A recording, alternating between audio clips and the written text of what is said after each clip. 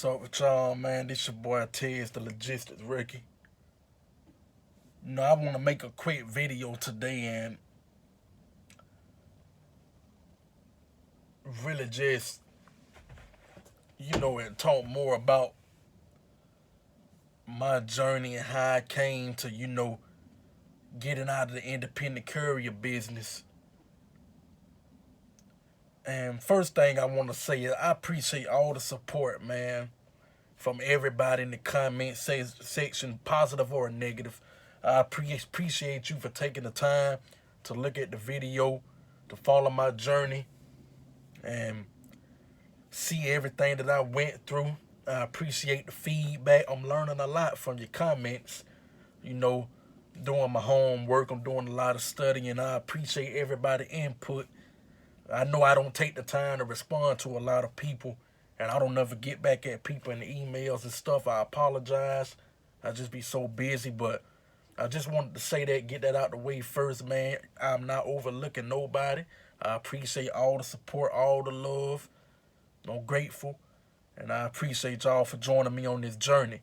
But with that being said, let's get straight to the point. Today's topic: do you really want to be an independent courier? I asked this question because the clear answer for me was no. I didn't really even know what I was doing when I got into this business. This is something I jumped into off an instant. Like I tell you guys in the previous videos, do you really want to be an independent courier? There are many questions you have to ask yourself before jumping into this business, and any business, but in regards to this business, that is the most important question to ask yourself. Do I really want to become an independent courier?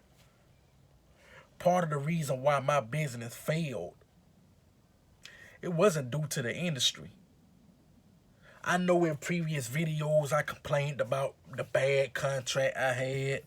I complained about the numerous other companies I spoke to who were offering bad rates.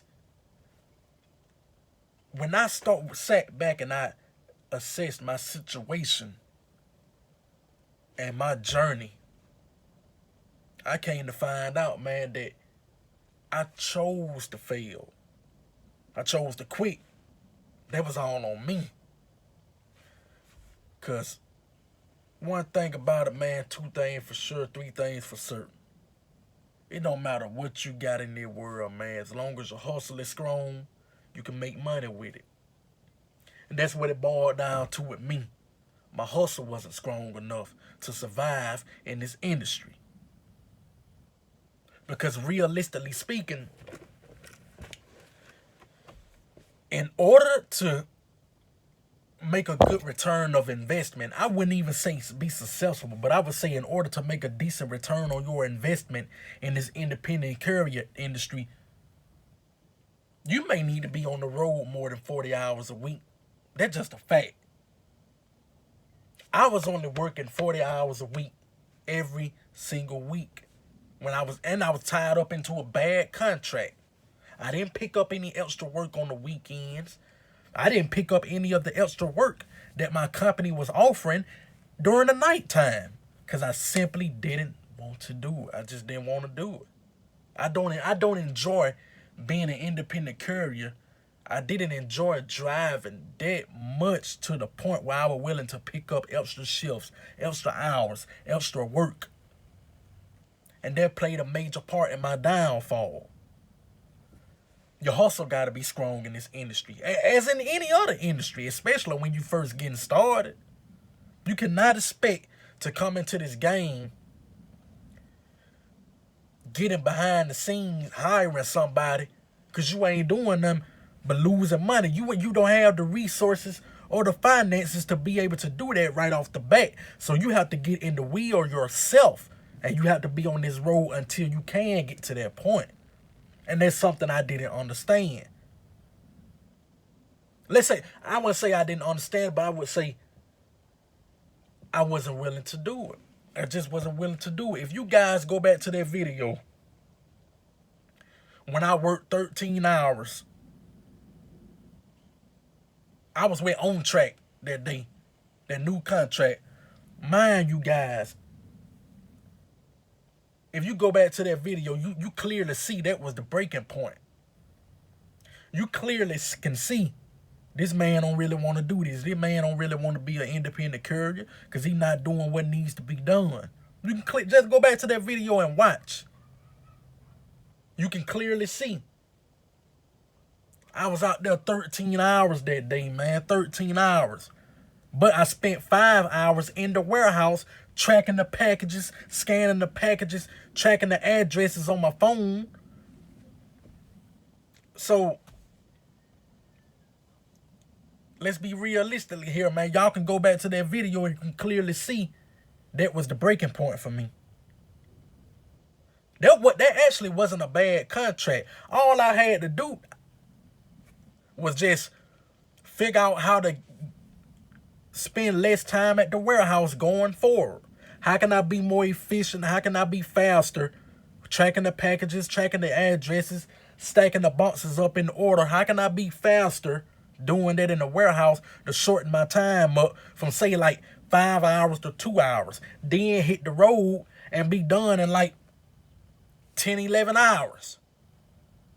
Rather than 13 hours. Y'all understand what I'm saying? So I quit after 1 day, so there was no way of me knowing how I could become more efficient and short my time up. Because that was a good contract, man. I think they were charging about $2 and something per package. Something like that. I can't really remember, but the point is that was actually a great contract. And peak season just passed. And the guy was offering me, he was like, bro, you could do 200 to 400 stops per day, Monday through Saturday, once peak season hit. And that video was in September? I didn't even make it through the first day.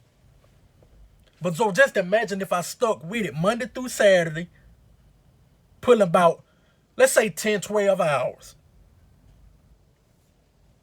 I would have easily made a great return on my investment with my business. But I just quit. I decided not to do it because I didn't want to do it. My hustle wasn't strong enough. So I say all that to say this.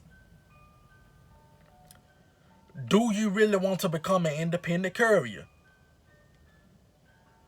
Because that question right there will make a big difference on how far you go in this industry and in this business. Just because I really ice cream, man, making all this noise, man. Who's selling ice cream in the wintertime, dog? Hey, got the horses. Your hustle got to be strong, though. You see what I'm talking about? Your hustle got to be strong. He hustle strong. Hustle strong. Look at him. Much respect. But anyway, man, the point is, do you really want to become an independent courier? Can you do this all day, every day? Because that may be what you have to do when you're getting started. That's why a lot of experienced guys, they recommend you working for somebody else as an independent courier first. Don't go start your own courier business right off the bat. A lot of guys, shout out to Courier Driving with Big D. Y'all go subscribe to his channel. Check him out. Because the dude has some great content. He been shouting me out a few times.